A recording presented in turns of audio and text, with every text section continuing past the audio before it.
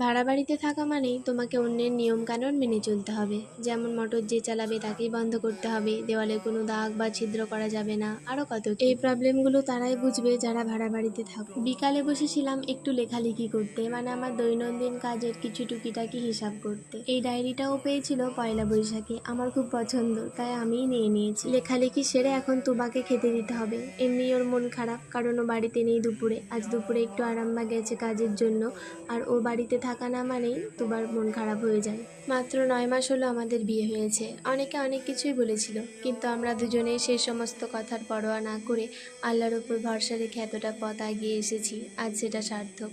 ওই দেখো, এর মধ্যেই ফুচকাওয়ালা এসে হাজির। প্রায় সময় খাই, আজ খেতে ইচ্ছে করছিল না তাই খেলাম না। তারপর সন্ধ্যা হয়ে গেল, আয়াত এখন বায়না ধরেছে ওর মায়ের কাছে লেবু খাবে। এখন আবার নিজেই বাথরুমে হাত মুখ ধুতে যায়। অনেক পাকা হয়েছে। সবাই ভালো থেকো, দেখা হচ্ছে নেক্সট পার্টে। আসসালামু আলাইকুম।